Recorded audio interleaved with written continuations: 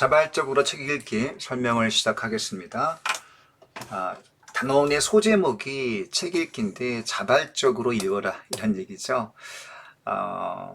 그것의 중요함을 강조할 굳이 필요가 없을 만큼 너무나 분명한 이야기입니다.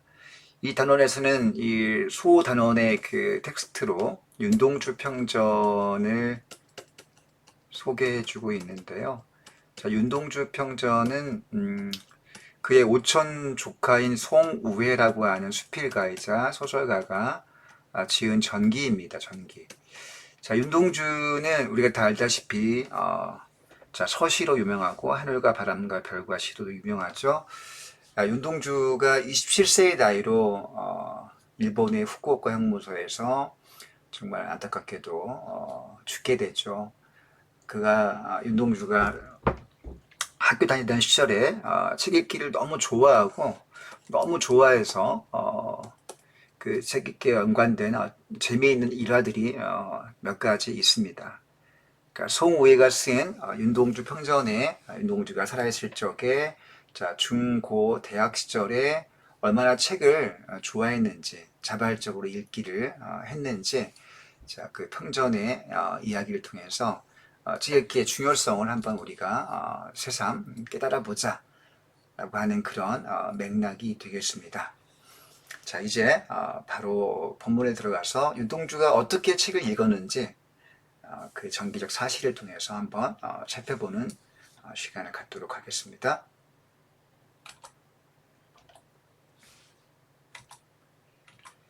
자, 송우회가 쓴 윤동주의 평전 그 내용 중에 그 학창시절은 이제 윤동주가 만주 간도 지역 출신이죠.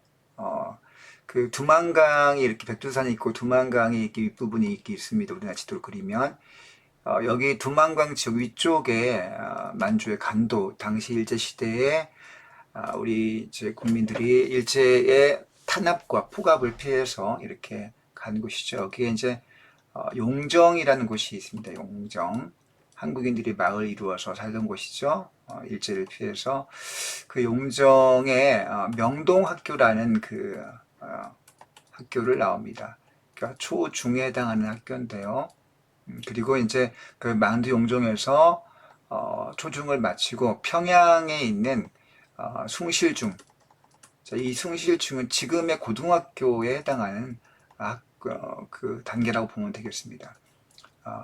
1917년에 만두 용종에서 태어난 윤동주는 숭실중을 1936년, 35년, 6년에 이제 입학을 하게 됐다가 그 1년도 다니지 못해서 당시 일제의 탄압에 저항하는 그런 동맹 그 휴업이라고 해서 수업을 거부하는 거죠. 자, 그런 일을 겪으면서 숭실중을 자퇴하게 됩니다. 숭실중은 당시에 평양에 있던 유명한 이제 민족 학교라고 볼 수 있죠. 자, 평양의 숭실중에 다닐 때부터 그때의 독서 습관, 책 읽기에 대한 이야기를 첫 부분에 다루고 있습니다. 자, 숭실중을 1937년 정도에 이제 중퇴를 하게 되고 그 이후 학교를 어디로 갈 것이냐라는 고민을 하게 되는데요. 당시 이제 윤동주는 상급학교 진학, 그러니까 대학을 어디로 갈 것이냐 이런 고민을 하고 있었는데 결국은 이제 그 당시 서울 개성 그 한성에 있는 자, 서울의 연희 전문학교. 이 연희 전문학교는 지금은 연세대로 이제 됐죠. 연세대. 당시 이제 사학의 정말 이제 유명한 대학 중에 하나였습니다. 당시 경성제대, 지금의 서울대와 연희전문학교가 이제 쌍벽을 이루는 학교였죠. 연희전문학교에 이제 진학을 하려고 했는데, 당시 이제 아버지, 할아버지, 자, 아버지는 의대나 법대를 가서 능력 있는 사람이 되길 바랬다고 합니다. 자, 그러나 윤동주는 우리가 알다시피 문학을 굉장히 좋아했기 때문에 자, 의대 법대 가서 출세하고 싶지 않다. 나는 내가 좋아하는 문학을 하고 싶다고 해서 아버지와 갈등이 엄청 심했습니다. 자, 결국에 이제 윤동주가 아버지와의 갈등에서 자식을 이기는 부모 없다고 하지 않습니까? 결국은 이제 영문과로 진학을 하게 되는 그러한 과정인데요. 그런 숭실중학교 시절 그리고 연희전문학교 시절 서울에서 윤동주가 책 읽기를 어떻게 했는지, 자, 그런 전기적인 어떤 재미있는 일화를 가지고 좀 우리가 책 읽기의 독서 태도에 대해서 한번 살펴보겠습니다. 자, 윤동주는 당시 두 가지 큰 목표를 앞두고 있었다. 자, 이제 숭실 중인데 여긴 지금 여기 자습서의 내용에는 광명중이라고 나와 있네요. 자, 당시에 큰 두 가지 목표를 갖고, 첫째는 이제 문학 수업입니다. 윤동주가 하고 싶은 것은 문학 공부를 계속 하고 싶어요. 특히 이제 시쓰기, 시에 관심이 많았기 때문에 시를 계속 쓰고 공부할 수 있는 그런 진학을 원했고, 자, 둘째는 상급학교, 대학이 되겠죠. 당시는 전문학교라고 불렀지만 대학 진학을 이제 목표로 하고 있었습니다. 자, 그런 단계에서 그는 문학 수업을 굉장히 충실하게 스스로, 누가 시켜서가 아니라 스스로 열심히 했다는 거죠. 그의 그런 성실히 문학 수업했다는 근거가 그의 문학 관계 유품들이 오늘 또 생생한 모습으로 전해지고 있는데 그것을 증명하고 있다는 겁니다. 그 유품은 이제 아무래도 그가 남긴 시집이 있고, 그 당시에는 책이 좀 귀했기 때문에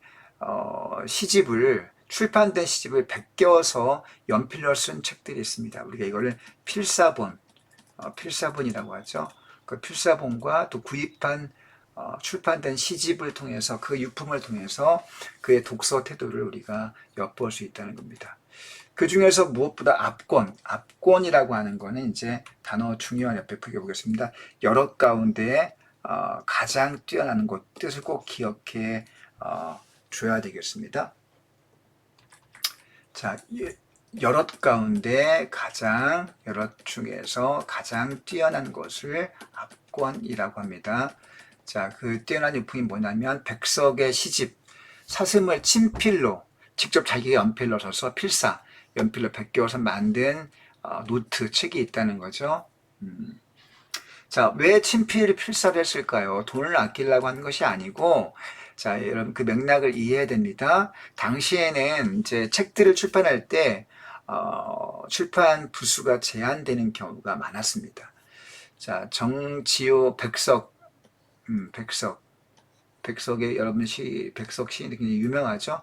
자, 시인 백석이 그 만든 시집 사슴이 있었는데, 그 당시 출판할 때 이 시집이 전국에 걸쳐서 볼 때 200부 한정판. 야, 아무리 당시 인구가 적다고 해도 200부면 진짜 엄청나게 적은 부수네요. 그래서 돈이 있어서 갖고 살려고 해도 구할 수가 없는 상황이어서 학교 도서관에서 일일이 손수 베껴서 필사본으로 가졌다고 합니다. 자, 일일이 손수 베껴서 했다? 이게 이제 그의 열정, 어떤 문학에 대한 열정, 또 독서에 대한 열정을 알 수 있는 일화가 되겠습니다. 여러분들 책을 베껴서 갖고 있어 보면 그걸 과연 갖고 있겠습니까? 차라리 안 읽고 말죠. 자, 그런 열정을 알 수 있는 일화가 되겠고요. 자, 그리고 이 윤동주 평전을 쓴 이 글의 필자 송우회, 아까 윤동주의 오촌 조카라고 했죠. 그 송우회라는 이 평전 작가가, 자, 윤동주의 친동생 윤일주 교수의 증언을 갖고 평전을 쓰게 됐는데, 친동생 윤일주 교수의 증언을 좀 이렇게 인용을 했습니다. 평전 안에 그 인용된 내용을 살펴보면요.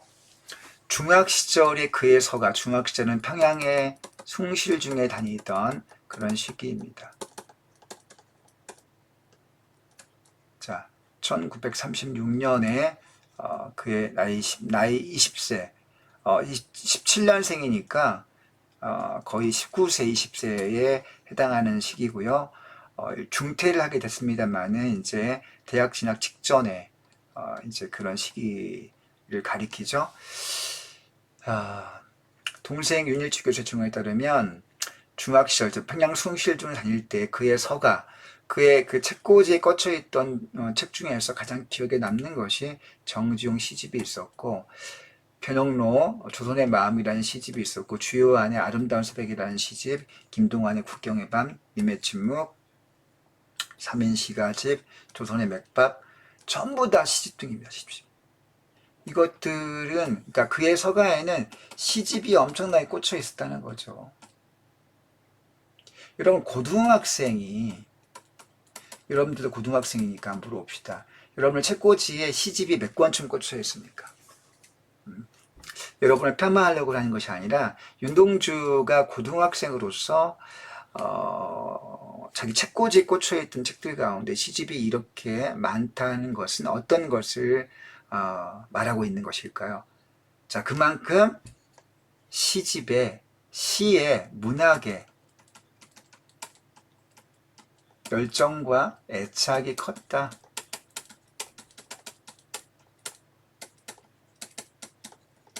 라는 사실이죠. 자, 그렇게 중학 때 그 평양에 지내던 그 집에 하숙집이겠죠, 아마도. 그 꽂혀있던 서가에 시집이 이렇게 많았다는 사실을 동생의 증언을 통해서 평전 작가인 성우예가 인용해서 소개해주고 있습니다. 자, 그 중에서 계속 갖고 와 서울에 두었다. 평양 숭실 중에서 서울로 올라왔죠. 서울에는 이제 대학 진학을 당시 연희 전문학교, 아까 얘기했던 지금의 연세대학의 영문과에 진학을 하게 되는데, 그 당시 이제 지금의 연희동이죠. 연세대가 연희동에 있기 때문에 거기 하숙집에 두었다는 겁니다. 지금 나에게 보관된 이때 나는 동생 윤일치 교수를 가리키죠. 백석의 시집, 사슴사본과 정지용 시집과 이런 선집 등을 갖고 있습니다. 자, 아마도 동생 윤일치와 그 윤동주가 서울에서 같이 아마 가까운 곳에 지냈던 모양입니다. 자,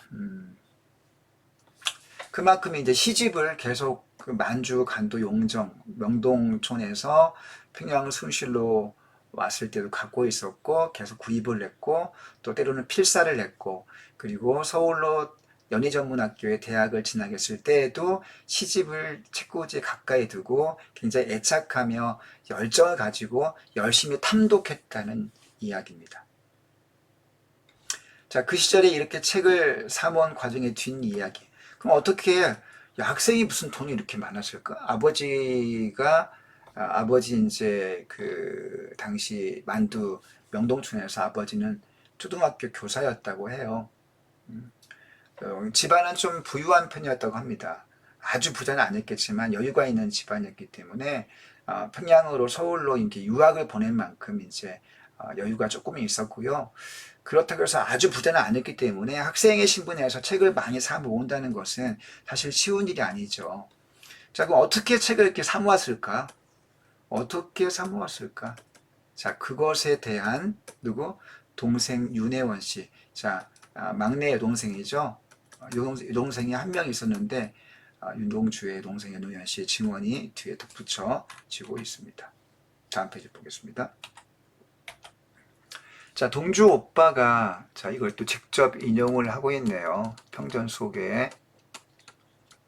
중학생 때 아버지께 야단맞는 것을 본 적이 있습니다. 이때 중학생은 명동학교를 가리킵니다.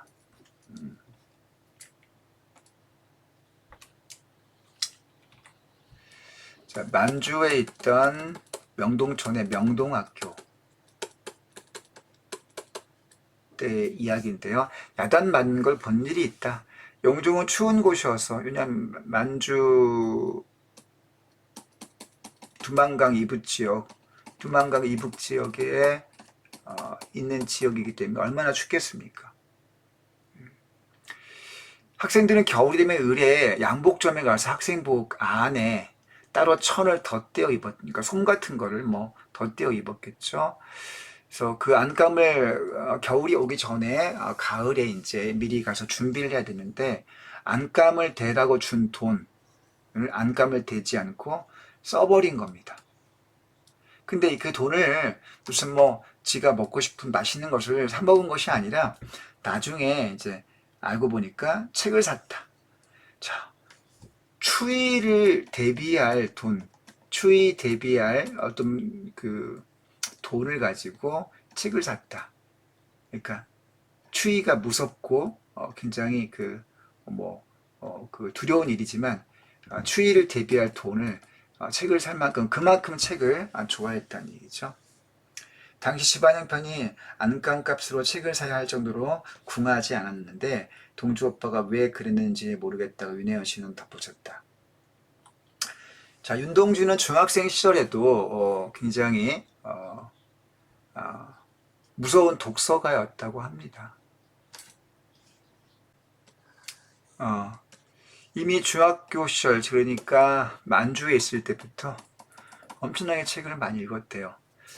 자기 공부방을 따로 갖고 있었는데 늘 새벽 2시, 3시까지 책을 읽었다.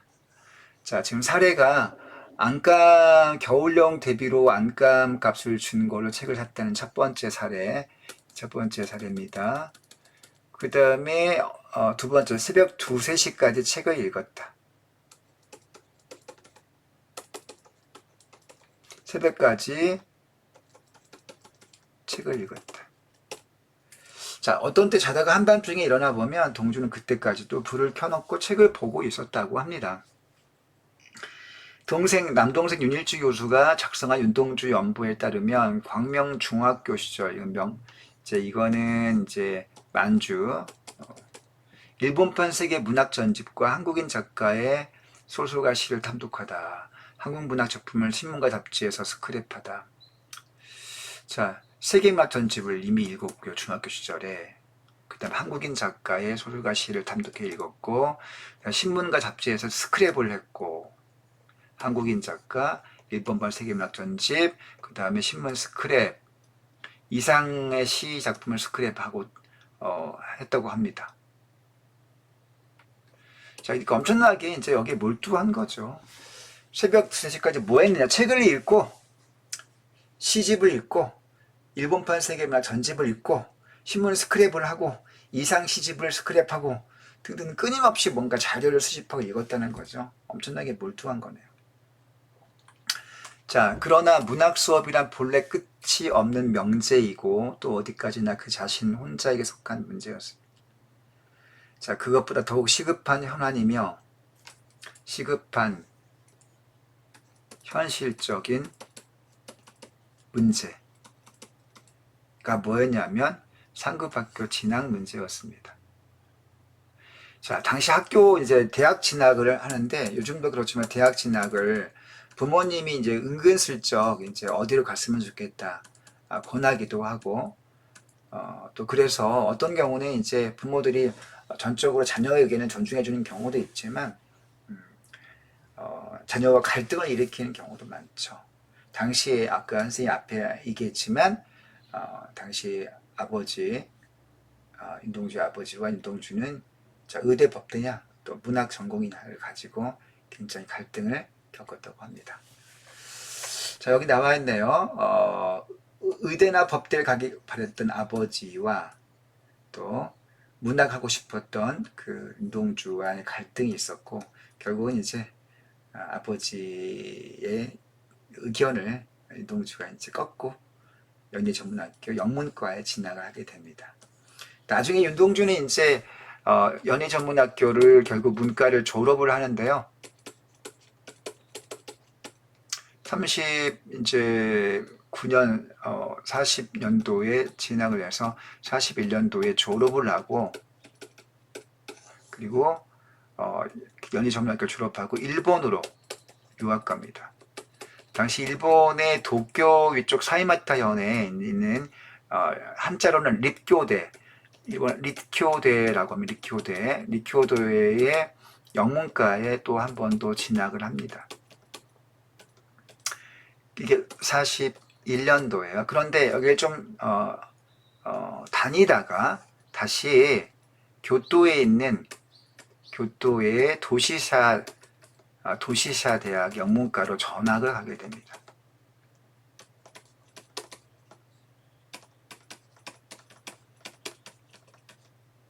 자, 이게 42년도입니다.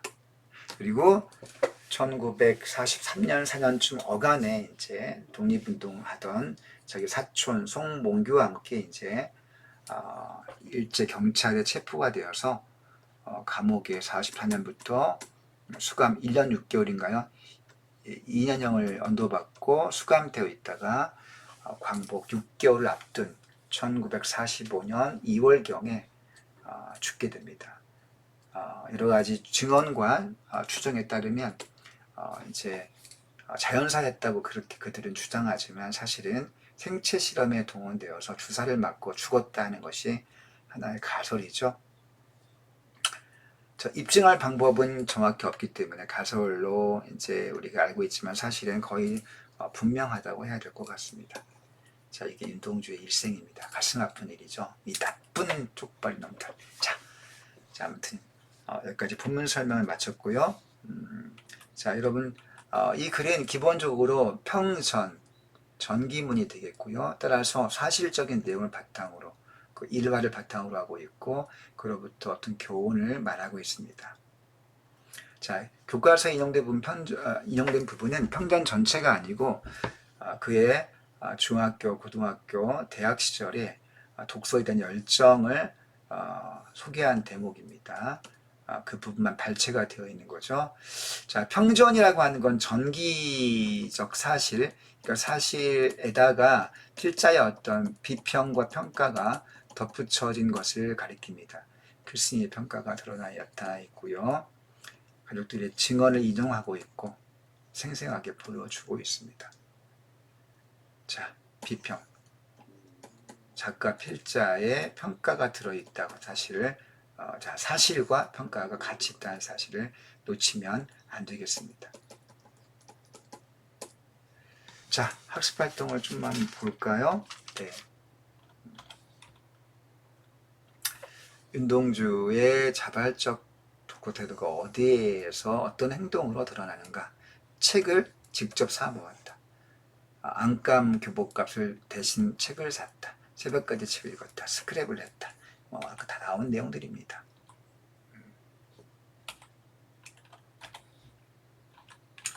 자, 이렇게 설명을 마쳐야 되겠네요. 약간 짧은 단원이니까 잘 정리하시고 시험 때 좋은 결과 있기를 응원하겠습니다. 파이팅! 안녕.